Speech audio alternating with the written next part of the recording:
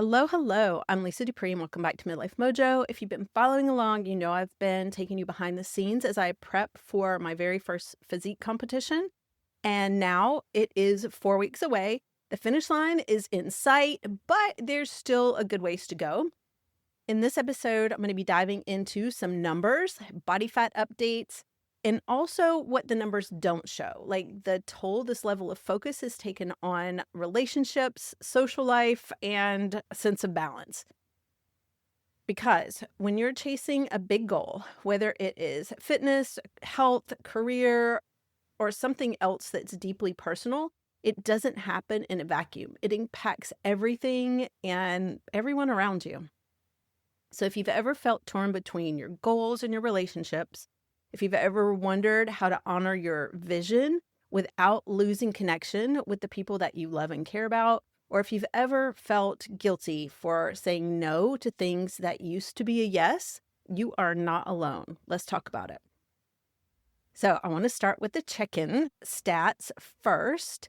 When I got serious and started training specifically for this competition back in January, which is about 4 months ago, I got a baseline body composition analysis.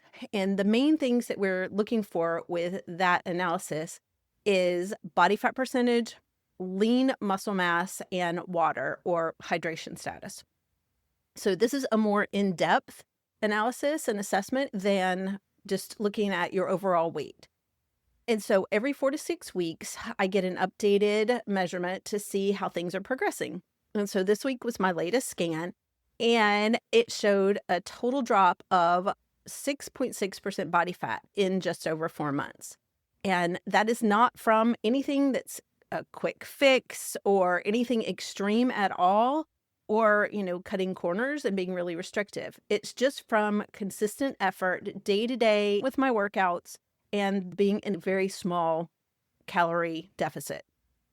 And so I am really proud of that because this isn't a weight loss story. It's not a weight loss goal.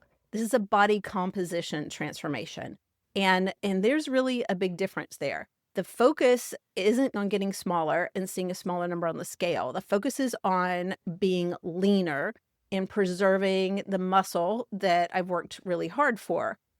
Because muscle mass is what keeps us strong. It's what actually gives shape to your body. It supports your metabolism, and it also helps us move forward with confidence and power as we age. It's also a factor in overall longevity. And so I've really been keeping a close eye on that because my muscle mass, I'm excited to say, has increased overall. And now it's pretty stable with only slight fluctuations. And this is pretty normal, especially when you're dialing in your nutrition and focusing on progressing with your training. So excited to say that overall, I've kept the muscle that I started with, added a little bit more, especially in places where I needed to build a little bit more muscle, specifically to be competitive in this fit model division that I'm competing in. And that's really a huge win, I think, for any fat loss phase, and especially in midlife when you're over 50. So I was talking to a friend about the results, and they asked, why are you focusing on this level of detail, these numbers? Why not just go by before and after photos? And that's a great question. So as an exercise physiologist and a health coach, I love data. I worked in research for many years.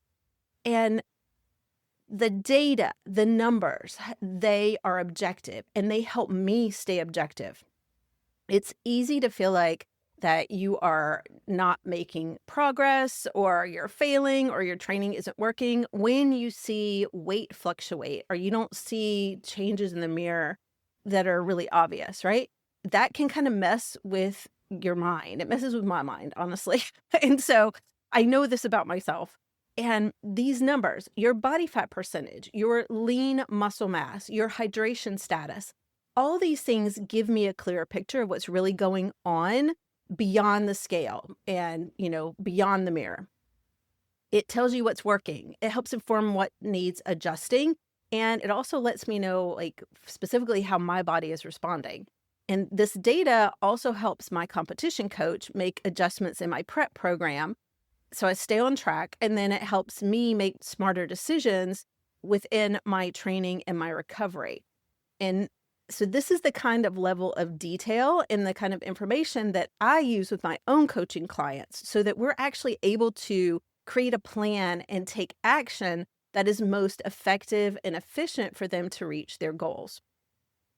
But also, I share the numbers because I also know from my own experience and my clients' experience how motivating and validating it is to track progress that isn't always visible in the mirror or on the scale, especially for women over 50 who have, a good bit of life experience and maybe have had experience with dieting and being overly restrictive and then losing weight and then gaining it back.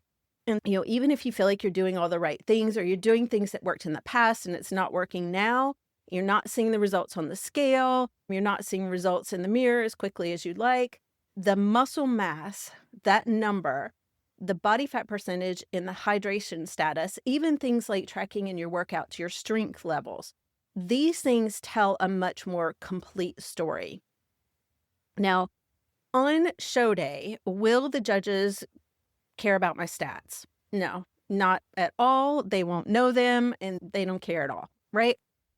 They also, though, don't know how far I've come. They don't know what I started with. They won't see the workouts, the meal planning, the sleep discipline, the recovery strategies, or any of the behind the scenes sacrifices that I've made to get on that stage. All they see is that snapshot in time of what it looks like when I step on that stage.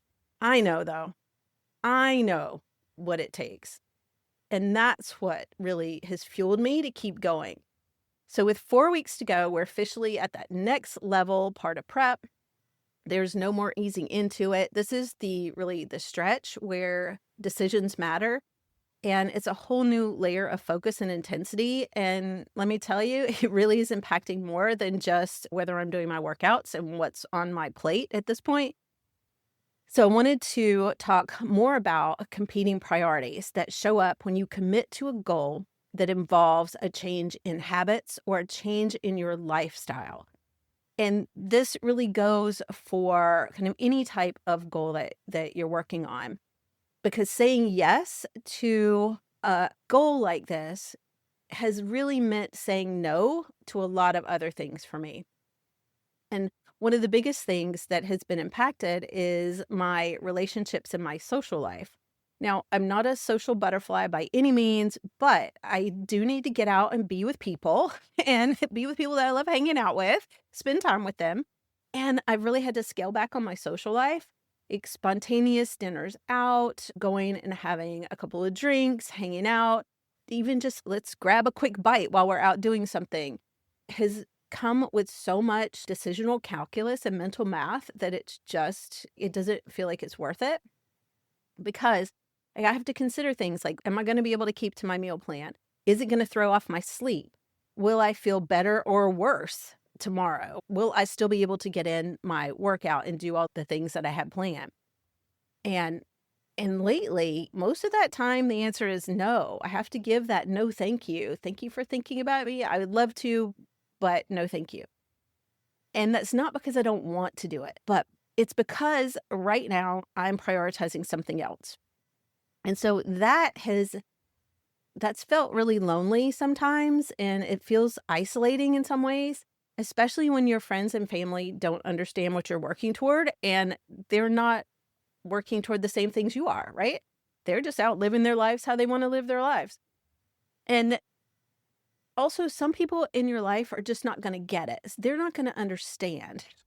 So they're going to look at you like, what? Like, what do you mean? You can't do that, or you're not going to do that, or you don't want to do that.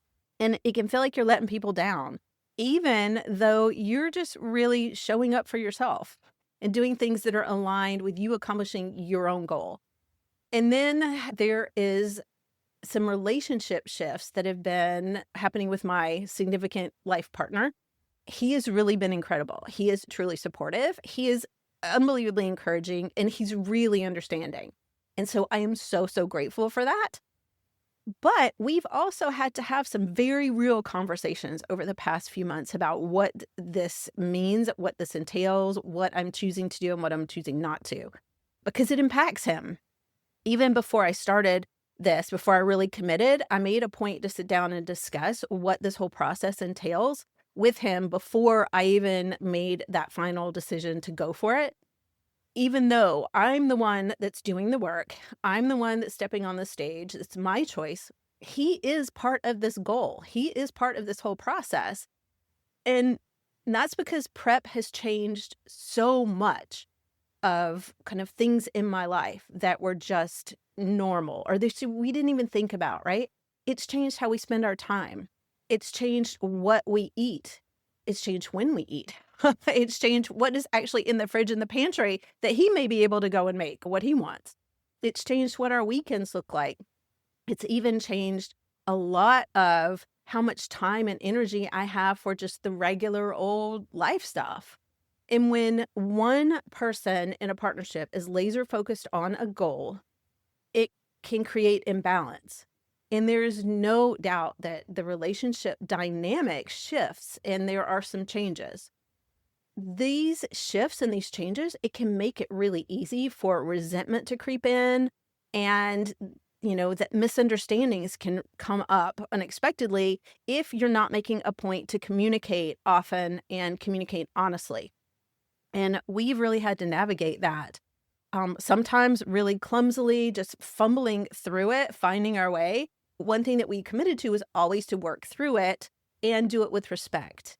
And that has been such a huge help because we're really focused on different things at this moment. Like he's really focused on his job. His job is really, really stressful. There's been some big changes. So he's really focusing on leaning in on that and dealing with some of the stress of that. And then I have started ramping up my business and then also started this big body transformation goal, this competition goal. And so I'm really focused on that.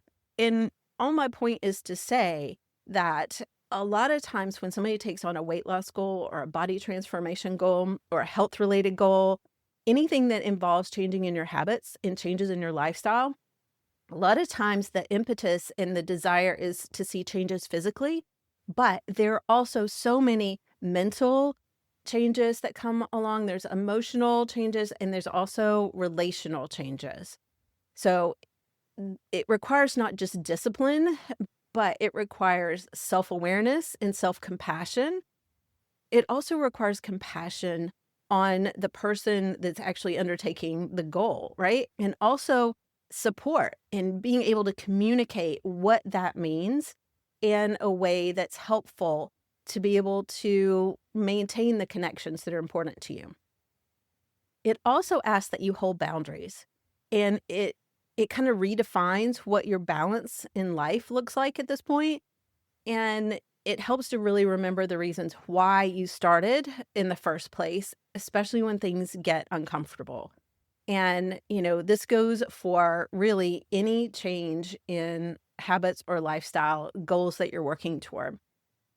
And so I wanted to really make a point to say that if you are thinking about undertaking a goal, whether it be weight loss, body transformation, increasing your fitness, something related to health, or you're already in that process of making big changes, then, it doesn't matter what it's related to, but if it affects things in your life and other people in your life, like it's important to remember that you as an individual are allowed to take it seriously.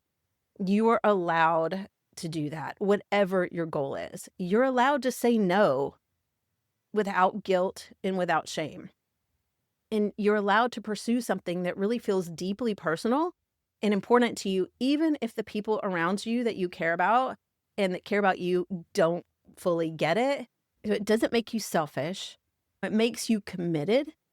And it's absolutely possible to set things up and be able to communicate in a way that makes it absolutely possible for you to achieve whatever it is, this goal that you set out for. All right, so that is the update from the trenches with 4 weeks to go. Overall, body fat is down, muscle mass is holding, the focus is sharp. And the life lessons, they just keep coming.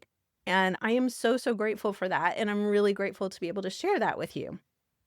So thank you so much for being here with me. Next week, I'm going to be sharing more about how I'm handling some of these emotional triggers that come up and just the grind of doing the same things on repeat to accomplish what I want to accomplish. And so thanks again. I appreciate your time. Until next time, get out there and keep your mojo rising.